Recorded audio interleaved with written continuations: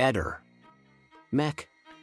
Pallister. Non si può non apprezzare la genuinità della testimonianza dell'albergatrice slovena, del resto coerente con molteplici altre che inquadrano la violenta impulsività e le fin qui premiate capacità trasformiste del Visindin. A dire il vero, Sebastiano già ai primordi, seppur paludato nel suo vittimismo d'impatto mediatico, disse in una intervista Rai qualcosa di molto simile ed inquietante.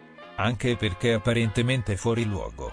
So essere cattivo con chi mi vuole male. Deve sapere che io posso diventare tremendo.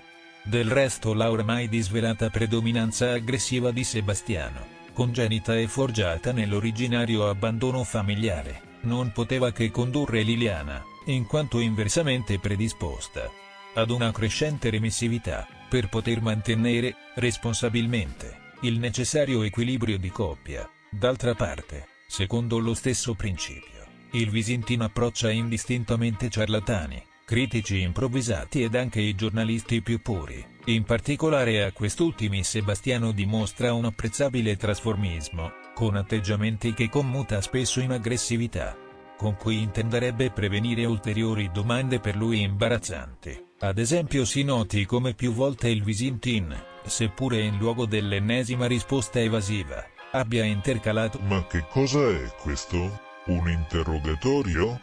Oh scusa, ma cosa stiamo facendo qui? Io sono venuto solo per fare due chiacchiere, per parlare della mia storia. Nella sostanza per il Visintin attaccare chiunque non gli sia compiacente, o gli si dimostri graditamente inconcludente, è l'ultima, forse oramai migliore, difesa. Tuttavia vi sono due profili della sua debolezza che indicano che la prova definitiva della sua colpevolezza potrebbe essere oramai vicina. Il primo è il sempre maggiore affanno a contenere il siffatto suo trasformismo che lo induce in lapsus, contraddizioni ed anche a parziali ammissioni. Quindi ad azzerare la propria credibilità ed a perdere l'opportunità di ulteriore recitazione. Il secondo profilo di debolezza è l'irritante sfida alle emergenti testimonianze, che sono al contrario incoraggiate irrimediabilmente per lui, proprio dai suoi editti mediatici quali questo lo dice lui, questo lo dice lei. Non lo possono provare.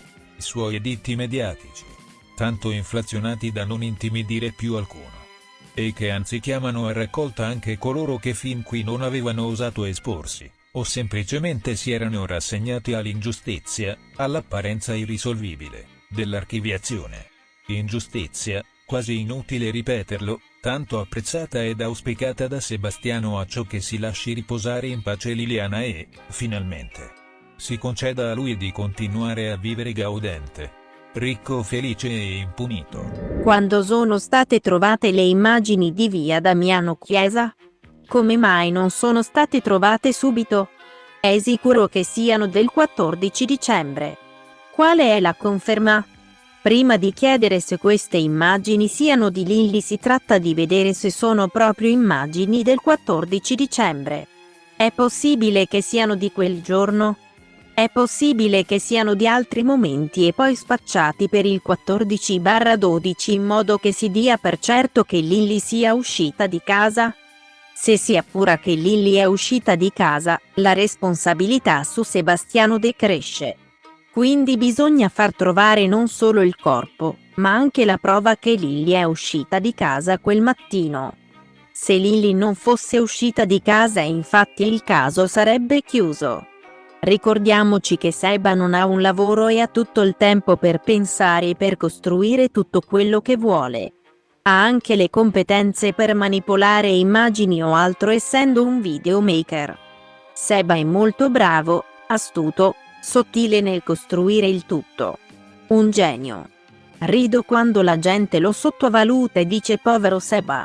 Non è per niente povero, ma un grosso furbacchione, astuto. E quando io dico che quella ripresa in via Damiano Chiesa sia Lilli, non sto dicendo che però sia Lilli il 14 dicembre. Ehi, non dimenticare di iscriverti a questo canale.